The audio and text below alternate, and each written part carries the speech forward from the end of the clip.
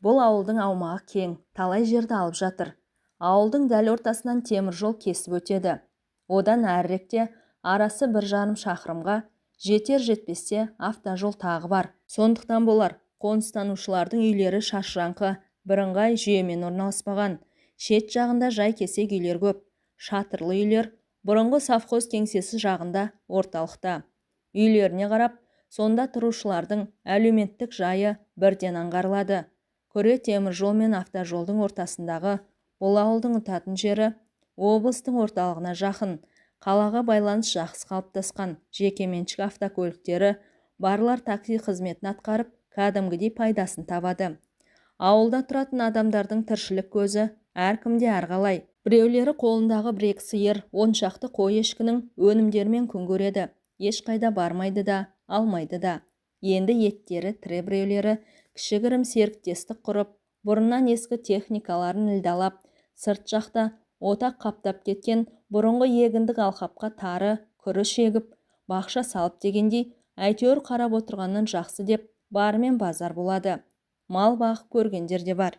Бірақ барымташылар малдарын ұрлап әкетіп талай рет сан соқтырған соң, жұрт көп мал ұстамайтын болды. 1-2 қара малын көздерінен таса етпей, сыртқа жайса қасында қарауылдап, әйтпесе үйде жем беріп ұстайтын болды.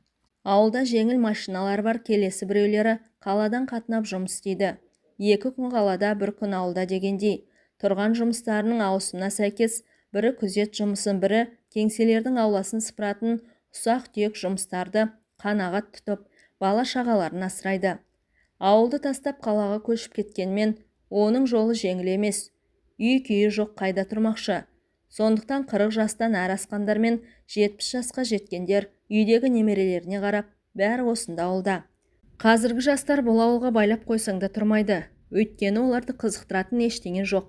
Бұрынғы 10 жылдық мектеп 8 жылдық болып қысқарғалы, бұл жерде оқушылар да аз.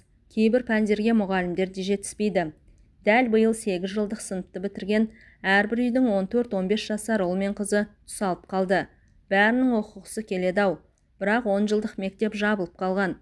Енді қайда барады?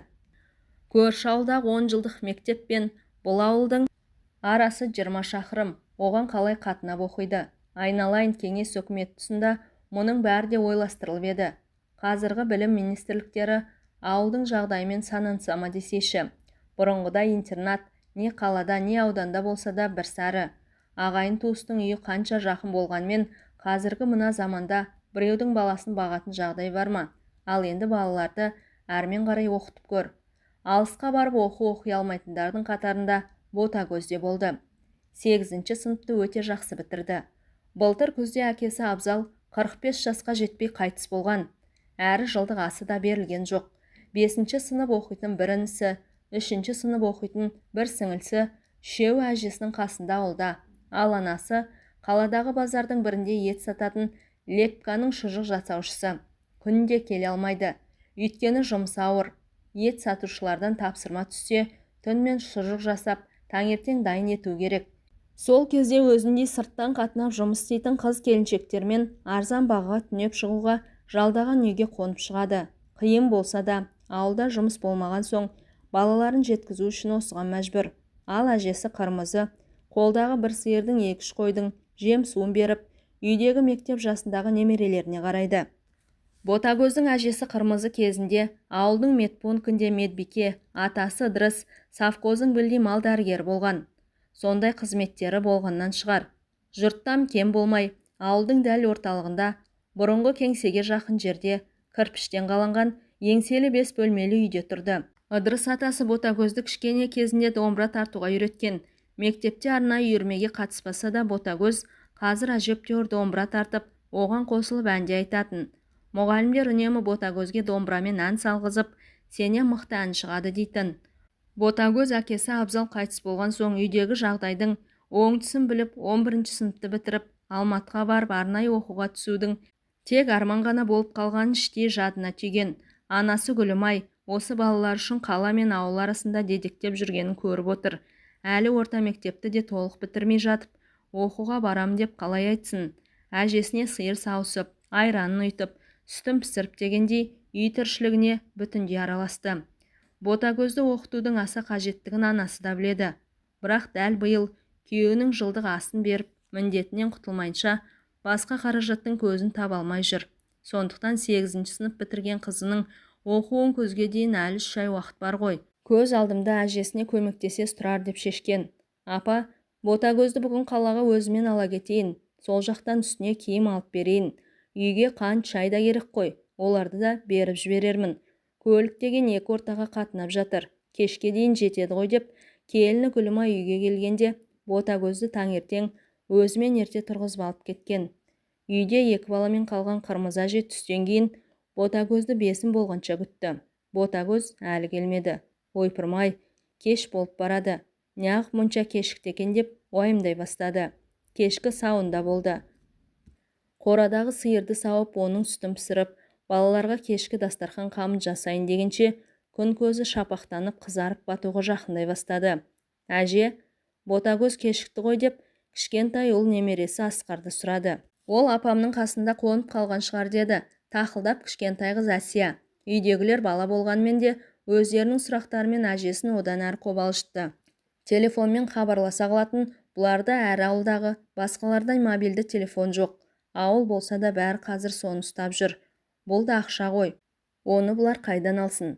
Қырмызы ішінен жаратқан Аллаға сыйынып, Алла, жар бола көр кішкене қызыма. Былтыр әкесін алдың, биыл енді пәле жаладан сақтап, осы көзім көрген немерелерімді деп жалбарына бастады.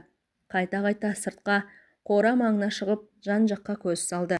Ауылда бұрын қаладағыдай күндіз түні жағылатын электр шамы үнемделіп жағылмайды. Кеш болса әркім өзінің жарығымен өзі. Қайтарында танымайтын бір машинаға отырам деп, қыз бала ғой, бір нәрсеге ұшырамаса екен. Ойпырмай, Гүлімайға осы ауылдағы танитын біреуге тапсырып мінгізіп жібер демеген екенмін. Соры қайнаған басымай деп, Қырмызы мүлде дірілдей бастады. Кешкі дастарханның шайы да ішілмеді, тамағы да желінбеді. Үлкен ұл Асқар әжесінің қасына қайта-қайта келгіштеп, уайымын бөліскен ниетте жүрді. Ал күн ұзаққа далада жүгіріп ойнаған Әсия дастархан шетінде қалжайып ұйықтап қалды. Әй Асқар, деді бір кезде. Қырмызы әже даусын қатайта. Сен ұлсың ғой, ұлдар арасында әңгімені білесің, немесе көресің. Бәрінде машина десе мынау пәлендікі, мынау түгендікі деп айтып отырасыңдар ғой түге. Осы ауылда қалаға кімнің машинасы қатынайды? Айтып берші маған. Ана Жүрсіннің, Қойшығұлдың баласы ше. Сосын біздің сыныпта оқитын Байжігіттің ағасы Баймұратты көргем. Қаладан тасып жүрген бір-екі рет. Әже, ана кім бар еді тағы, аты кім еді? Осы ауылдағы бензин сататын станцияның бастығы Төлептің баласы Мәлік. Оның машинасы иномарка, бірақ ол тасымайды. Ол қандай машина тағы? Жип деген сол ма? Жип емес, дәу. Бұлай үлкен терезесінде қара әйнек, қара машина ғой. Асқар жаным, сен есікті іліп үйде отыр. Фонарың қайда? Маған бер. Мен солардың үйін жағалап қарап, Ботагөзді кездестірдің бе деп сұрап келейін. Ботагөз қалаға қонбайды. Үйге келуі керек еді, келмеді. Жаным төзбей тұр. Ой әже, мен де барайын сізбен.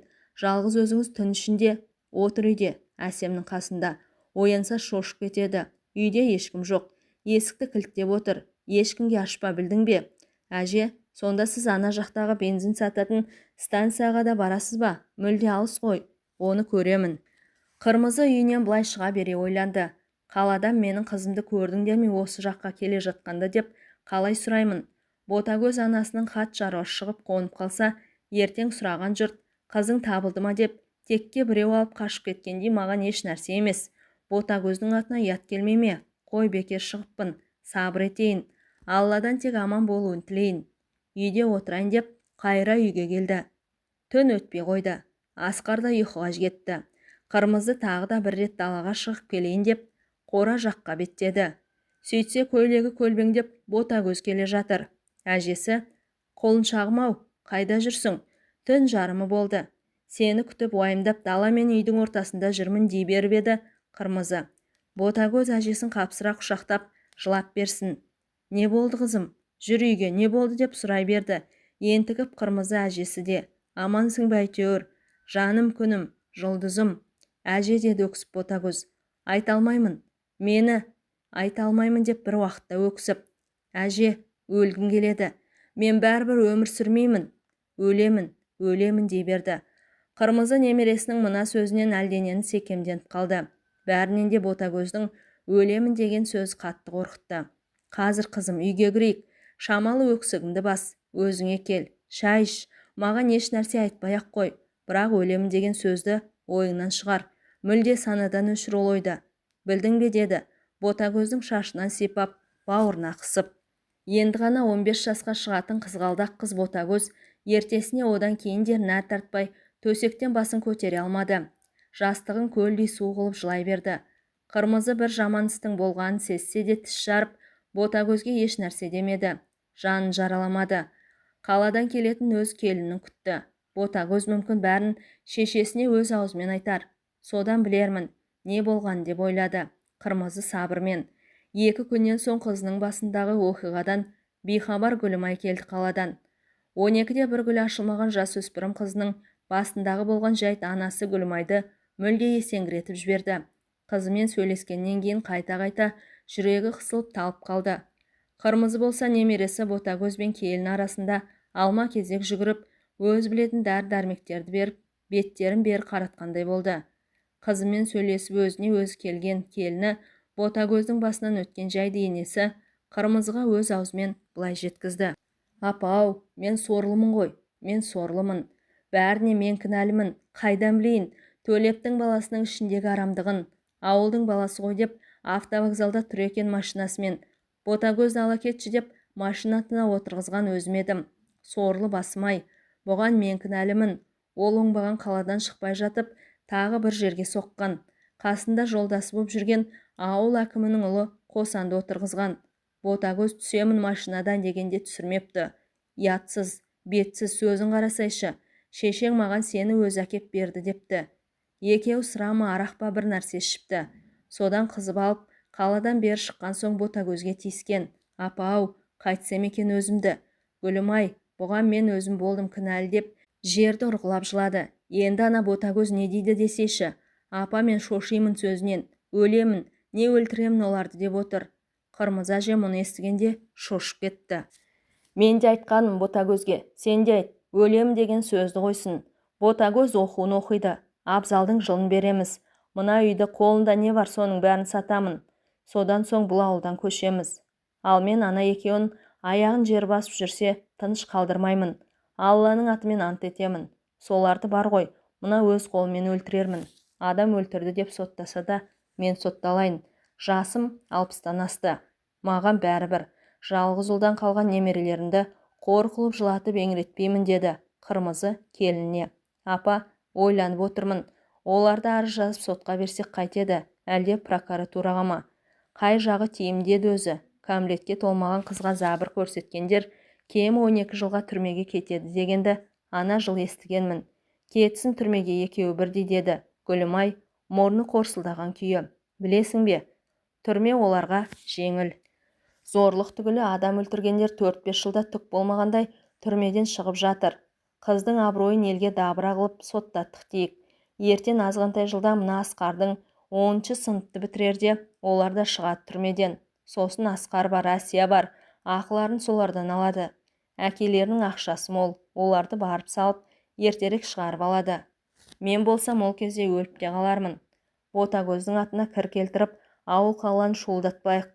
Жоқ, бұл болмайды. Менің ойлағаным бар, соны істеймін деп Қырмызы орнынан тұрды. Ботагөздің орнынан тұрмай көлдей болып төгілген жасынан жанын қоярға жер таппай жүрген Қырмызының екі шекесі шыңылдап, басы айналып, тәлтіректеп қайра отырды. Қырмызының медбикелік қызметін жақсы білетіндер оны үлкейіп қалды демей кейде қатты ауырып қалған жағдайға үйіне шақыртып ине салдыратын, система қойдыратын. Бағана сиыр сауға шыққанда Төлептің үймен қатарлас көрші тұратын Шәрипаның келіні Жұпаргүл келіп, енесі қатты ауырып жатқанын айтып, соған дәрігерлер жазып берген дәрімен система қойып беруін өтінген. Қырмызы бұған бірден келісті. Шәрипа бұрын ауылдық кеңестің төрағасы болған. Күйеуі совхозда жұмысшылар комитетін басқарған. Жас кезінде бәрі аралас құралас болған активті отбасылар еді.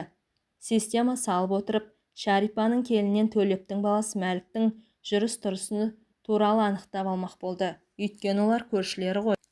Қырмызы Шәрипаны көптен бері көрмеп еді. Үлкен залда кереуетте жатыр екен. Жүдеп, екі жағы қуарып кетіпті. Шәрипа Қырмызыны көріп қуанып кетті. Өй, Қырмызай, дәл сендей етіп қазір ине салатын адам бар ма десейші.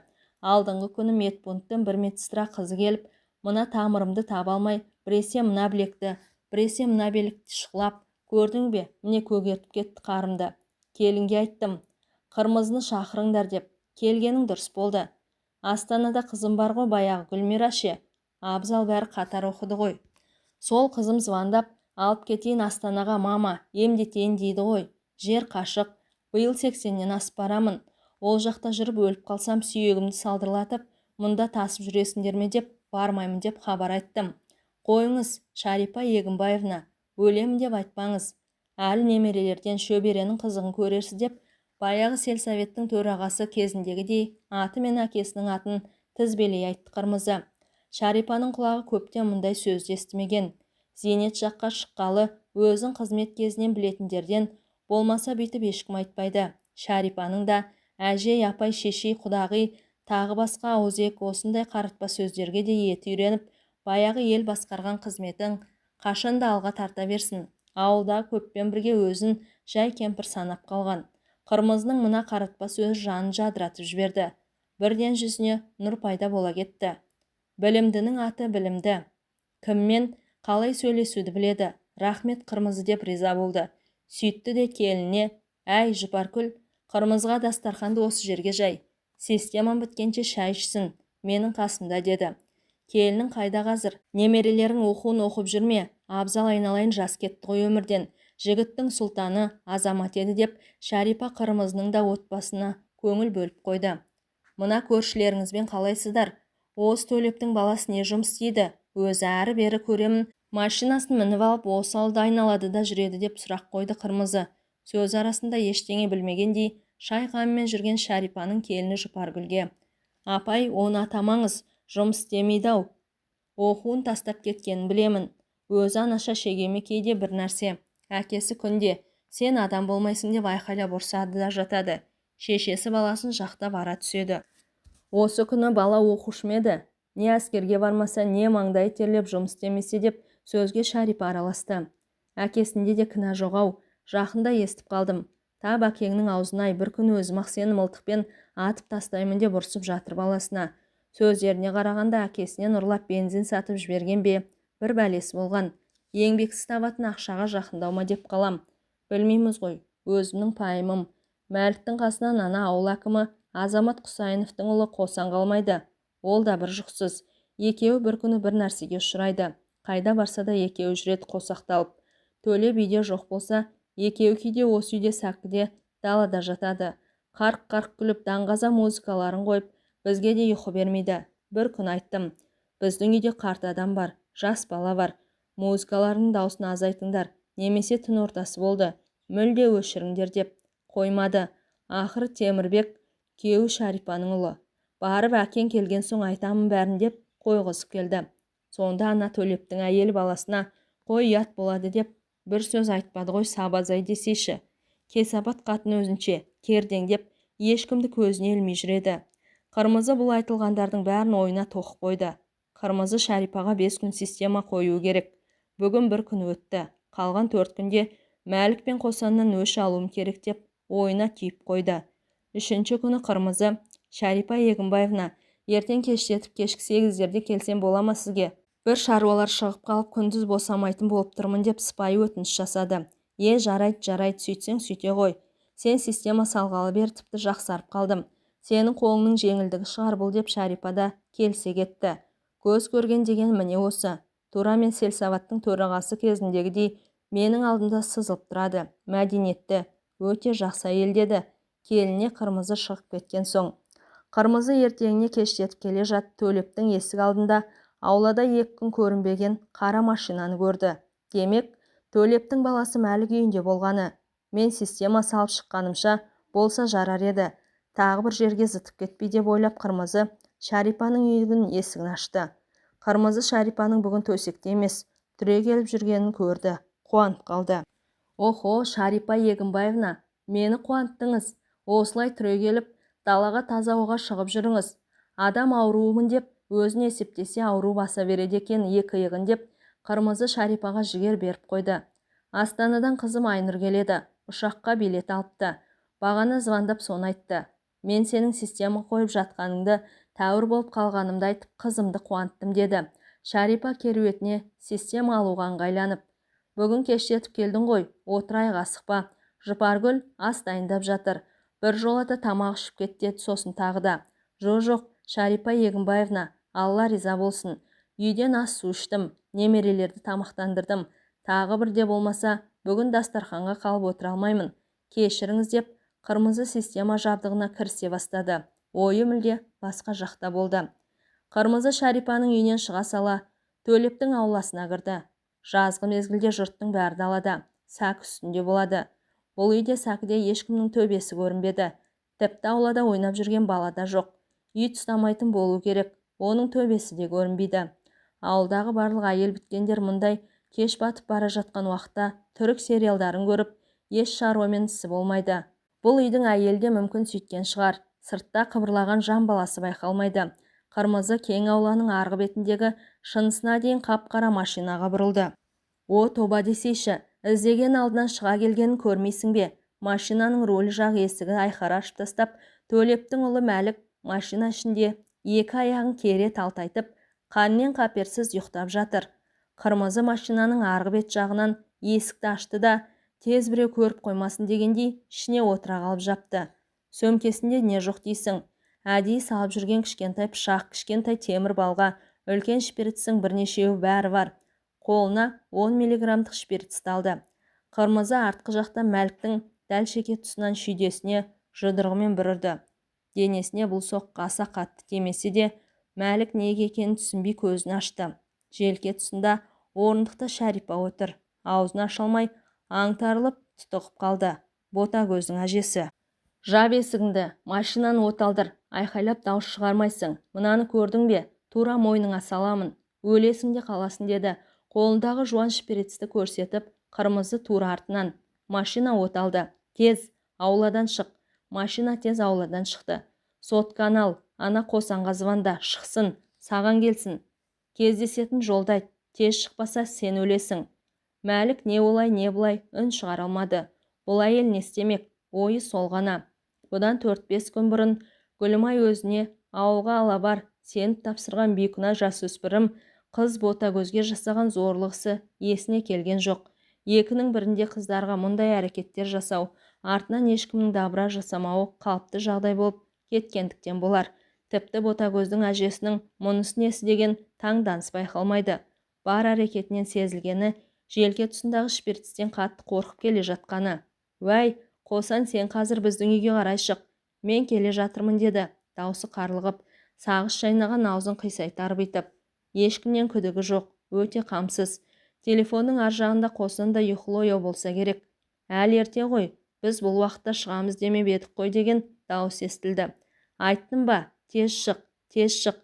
Әлімжанның үйінің есігінің алдына шыға бер, тез деді. Енді андағы соткаңды маған бер деді Қырмызы желкесін нығарлап. Мәлік жартылай бұрылып Қырмызға соткасын берді.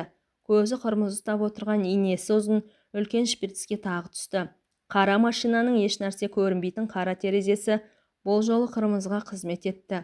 Айтқан жерге машина тоқтады. Шашы дудырап, қысқа шорт кие салған Қосан басын ешқайда бұрмастан алдыңғы есікті ашып Мәлікпен қатарласа отырып жатып, не болды сонша асығып? Біз ол жерге ерте баратын болдық па деді. Бірден Мәлікке. Жауапты арт жақта отырған Қырмызы берді. Баратын жерлеріңе ерте барасыңдар. Қосан арт жаққа жалт қарады. Қырмызыны көрді. Бұл Ботагөздің әжесі ғой. Мұнда неғып отыр? Ол Мәлікте емес екен. Бірден өзі есіне түсті. Енді жауап берер кез келгенін байқап қалды. Дереу машинаның тұтқасына қол созып, жерге түсіп қалғысы келген сыңай көрсетті. Отыр, қозғалма. Қолыңдағы сотканы маған бер деді. Қырмызы қатты дауыс көтеріп кіжіне. Иттің балалары, екеуіңді де шпиртпен желкелерінен түйреп өлтіремін.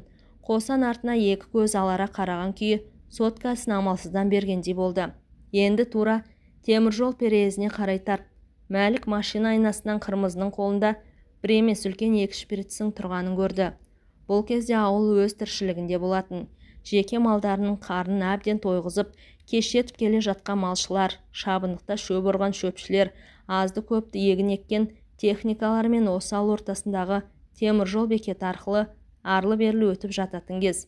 Автожолдың теміржол кесіп өтетін бекетіне дейін едәуір жер. Қара жеңіл машина асфальтты жоқ жерге шыққанда шоқалақтап қалды. Алда отырған екеуі үнсіз, бір-біріне қарамайды да. Мына ботагөздің әжесі бізді қайда апарады? Аудандағы полицияға ма екен деп ойлады қосан ішінен. Білейін, басым шатылды бәлеге. Бізді бір жерге өлтіруге апара жатыр-ау.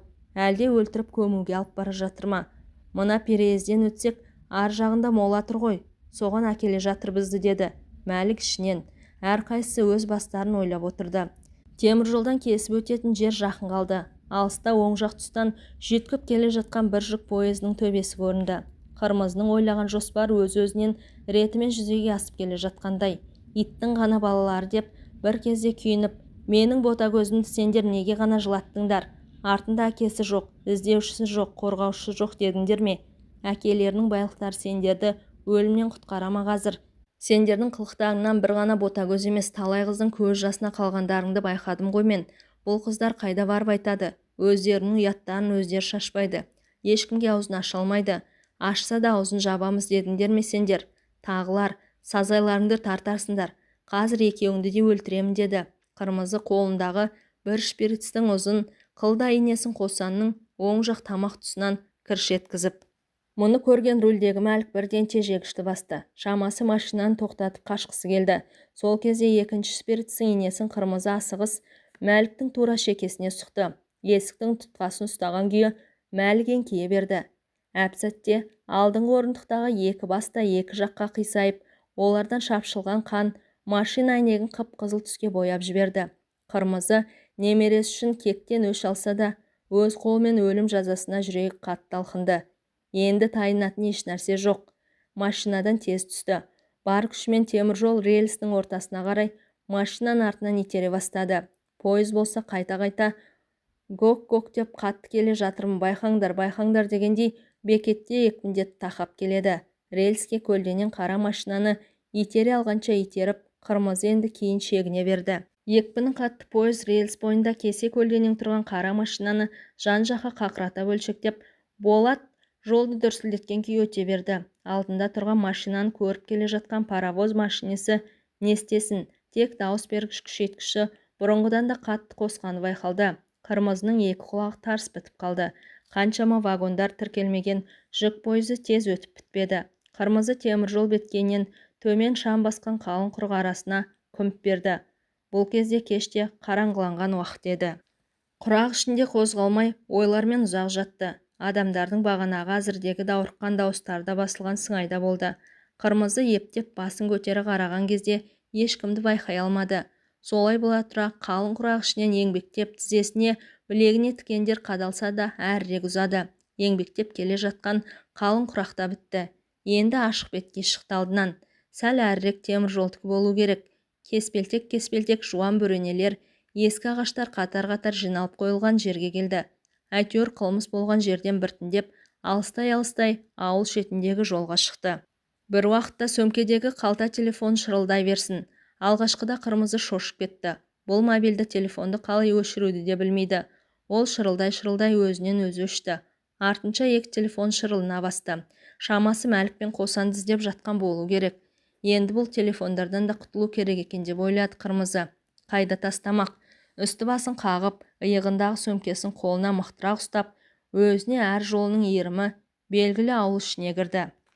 Ертесіне бүкіл ауылдың адамдары теміржол бекетіндегі болған оқиғаны дүрліктіріп, бір-біріне әңгімелеп жатты. Шәрипаға 4-ші күні системаға келгенде Қырмызы Төлептің үйі маңайындағы топырлаған адамдарды жағалы киімдер киген полиция қызметкерлерінің төбелерін көрді. Апай, естідіңіз бе? Мен айтып едім ғой. Осы Мәлікпен Қосан бір бәлеге ұшырайды деп. Ақыры бар ғой апай. Екеуі мінген машина пойыз астына түсіпті. Быт-шыты шығыпты, деді Шәрипаның келіні Жұпаргүл. Қырмызы үйге кіргенде аман саулық сұрасқаннан кейін, көрдіңіз ғой, есіктерінің алдында адамдар кіріп шығып дамыл жоқ. Біз де Темірбек екеуміз кіріп шықтық. Көрші атымыз бар ғой. Төлептің әйелі қайта-қайта есінен танып қалып жатыр. Ауылдағы қанат дәрігерді медсестрасымен қасына қойып қойды. Апай, деді Жұпаркүл одан әрі сыбырлап. Сол жерде болған кісілер бас-аяғы бір бөлек, қолы бір бөлек, мыж-мыж болған дейді. Дене мүшелерін әйтеуір бөлшектеп түгел тауып қапқа салыпты. Енді сол жиналған денелердің қайсысы мәліктікі, қайсысы қосандікі айыру үшін және неден өлгенін, біреу өлтірді ме жоқ өздері мас болып пойыздың келе жатқанын, білмей машинамен соғылып өлді ме, сол денелерді қалаға тексеруге әкетіпті. Қырмызы апырая дей берді таңданышпен. Жұпаркүл айтқан сайын төрде кереуетінде жатқан Шарипа араласты әңгімеге. Өлгеннің артынан жаман айтуға болмайды дейді. Мінез құлықтары, жүріс-тұрыстары секемді балалар еді. Оларды да мен білем ғой, ажалдары қиын болған екен деді. Үстіндегі жемпірін шешіп системаға дайындалып. Өң келіспей тұр Қырмызы, бір жерің ауырып келді ме деді. Шарипа Қырмызының кескініне көз салып. Шарипа Егінбаевна, көп ойда жүрмін, ұйқы жоқ. Абзалдың жылын беру керек, үйімізді сатсақ па деймін. Аудан орталығына ма, қалаға ма, көшу де басындағы ойдың бірі. Үлкен немерем 9-шы сынып бітіріп отыр ғой. Оны оқыту керек. Абзалым тірі болса, ол бәрін өз мойнына алар еді. Енді сол немерелерді аяғынан қаз тұрғызу менің міндетім болып қалды емес пе? Сондай ойдың жетегінде шаршаптап жүрмін, деді Қырмызы. Апа, үйді қаншаға сатқыңыз келеді? Сіздердікі орталықта таза кірпішей ғой. Жақсы бағаны қоя беріңіз, сіздің үйді алушыларға адам табылады. Мен соның бағасын әлі ойластырғанда жоқпын, тек сатқым келеді. Келін қаладан қатынап жұмыс істеп жүр, ол да жаныма батады. Мен онда сіздің үйді сатады деп айта жүрейін апай. Уайым етпеңіз, құны жақсы болады. Онда үй жоқ қой қазір. Апа, Төлептің баласы мен Азамат Құсайыновтың баласын біреулер өлтіріп пойыздың астына тастап жіберген ме? Жұрт жуылдап жүр ауылда. Ботагөзге айттым жаңа, өздеріне сол керек. Қайта біреулер өлтіріп жақсы болды. Әйтпесе мен өзім өлтірер едім дейді апа. Ботагөздің басындағы жағдай болған біреу өлтірген шығар. Қайтесің оны айтып, кетсін бәрі өздерімен деп, Қырмызы әже келіннің сөзіне мән бермеген сыңайда болды. Сөзін әрмен жалғастырды. Үйді сататынымды жаңа Жұпаркүлге құлақ қағыс айттым. Қалаға көшеміз. Ботагөздің оқуын әрмен жалғастырамыз. Біздің енді бұл ауылда шаруамыз жоқ. Абзалдың жылын уақытынан ерте, осы айдың аяғында береміз ау шамасы. Әжесінің бұл сөзін үйдің түкпірінде жүріп, естіген Асқар алақайлап қуанды. Ол барып Ботагөзге айтты. Қалаға көшеміз, әжем айтты. Мен де сен де қалада оқимыз. Бұл ауылдан көшеміз деген хабар Ботагөзге де ұнады. Сәл жымиғандай болды. Түрегеліп әжесіне келді. Әже, осының бәрі мен үшін бе, айтшы деді. Әрине сен үшін, Асқар үшін, Әсия үшін, Гүлімай төртеуін үшін, деді Қырмызы көзіне жас алып. Әкең абзал тірі болса басқаша болар еді де. Мен қолымнан келгенін істеймін, сендер үшін. Аптаның аяғында жергілікті полиция тағы да қасына 2 адам бар. Қырмызы Болысбековна осында тұрады ғой, я деп іздеп келді. Я осында тұрады, ол менмін, деді Қырмызы. Не болды, жай ма? Жай емес. Жүріңіз, машинаға отырыңыз, деді сұрланып бір жігіт үстіндегі жағалы киімінің белбеуін қысыңқырап түзеп тұрып. Ал мен не үшін машинаға отыруым керек деп қарсы сұрақ қойды Қырмызы. Келін үйде жоқ, немерелерімді жалғыз тастап кете алмаймын. Сіз медсестра болып істегенсіз ғой, а? Әлі шпиртспен ине саласыз ба ауруларға? Қазір үйдегі шпиртстеріңіз болса көрсетіңіз. Көрсетемін, бері келіңіз, деді. Қырмызы осындай сұрақтар болады-ау, маған деп ойлап бәріне де дайын жүрген. Міне, мына менің инелерім, шпиртстер осы. Немерелер ауырып қалғанда дәрігердің рұқсатымен өзім ине саламын. Осы ауылда 40 жыл медпунктте медсестра болғанмын. 3 еркек түгел бір-біріне қарасты. Апай, деді жергілікті полиция жігіт, сіз әзірге ауылдан басқа жерге кетіп қалмаңыз. Ауылда ауыр өлім жағдайы болды. Естіген шығарсыз. Тергеушілер әр қырынан тексеру жүргізуде. Ол жігіттерге менің қатысым қанша? Аларым жоқ, берерім жоқ. Жас емеспін. Машинасында қыдырып жүретін. Қырмызы даусын көтерді. Апай, біз барлық қырынан тексеріп жүрміз. Оған айып етпеңіз, еді.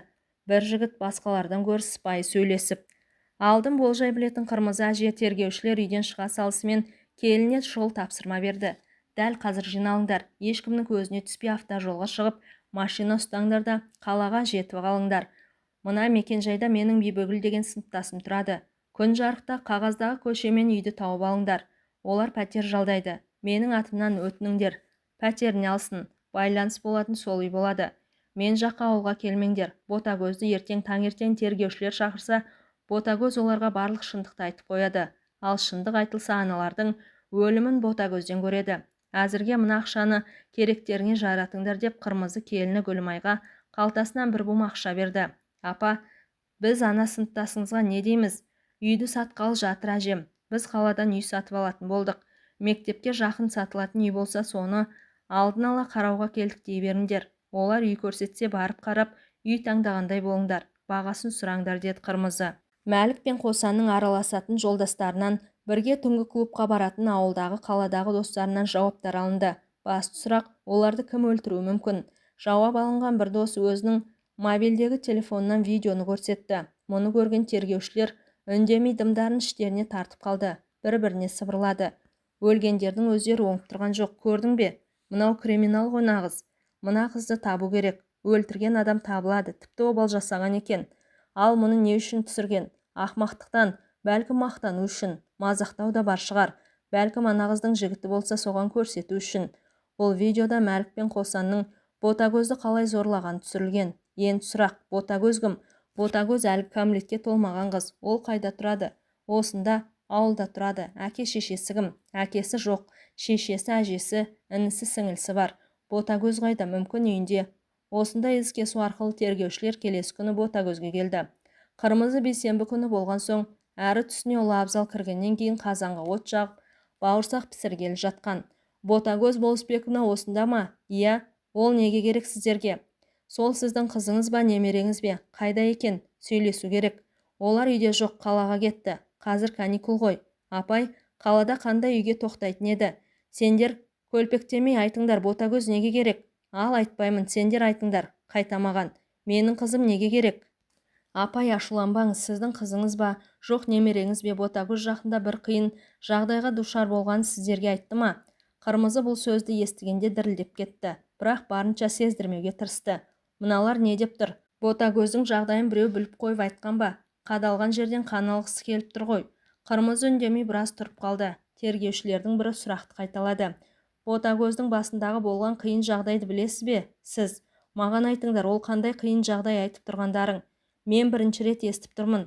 Бір бәлені жапқалы тұрсыңдар ма нақақтан деп, Қырмызы май күйіп бара жатқан соң бауырсақ пісірмей жатып, қазанды оттан түсірді. Сізге бір видео көрсетсек, сіз қарай аласыз ба, апай? Қырмызы еш нәрсе түсінбей қалды. Аналар сотканы жарқыратып ашып видеоны көрсете бастағанда, оның ішіндегі Ботагөздің тыр жалаңаш денесіне жабысқан зорлықшыны көріп, жан ұшыра айқайлаған немересінің дауысын естіп Қырмызы бірден құлап түсті. Қанша уақыт өтті, Қырмызы білмеді. Көзін ашқанда жағалы пәлекеттер бетіне су сеуіп, көйлегінің омырау түймесін ашып әлі қасында тұр екен.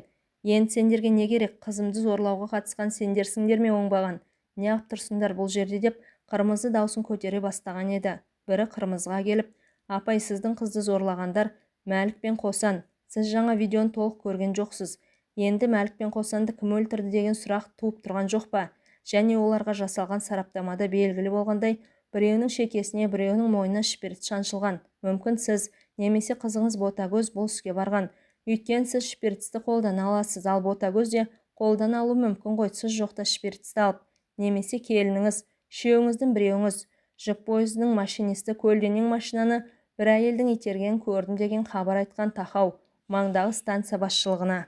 Қырмызы бұдан ары шыдамады. Алып баратын жерлеріңе апара беріңдер. Ана оңбағандарды өлтірген менмін. Қызым да келін де еш нәрсе білмейді. Жаңа көрдіңдер ме? Аны түсіргендерді. Оның өз қылмыс емес пе? Жас өспірім қызымды зорлаған. Оларды неге ақтап өлтіргенді іздейсіңдер?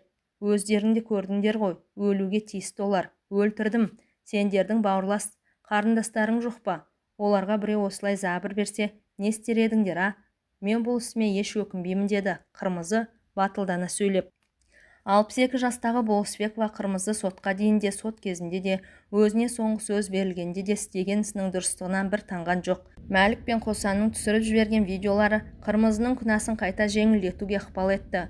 Оның үстіне Шарипа Егінбаевнаның Астанадағы қызы Айнұр жалдаған білікті адвокат Қырмызы Болысбековнаның ісін жақсы ақтап шықты. 2 айдан кейін сот үкім шығарды. Қырмызы Болысбековна 6 жыл бас бостандығынан айырылып жалпы режимдегі колонияға жіберілді. Алайда Қырмызы колонияға барған соң 2 айдан кейін жүрек ауруынан дүниеден өтті. Ауылда баласы Абзалдың қасына жерленді. Қырмызының ауылдағы үйі жақсы сатылып, келіні Гүлмай қаладан жер үй сатып алды. Ботагөз інісі сіңілісімен қаладағы жаңа бір 10 жылдық мектепке оқуларын жалғастырды. Әңгіменің соңы.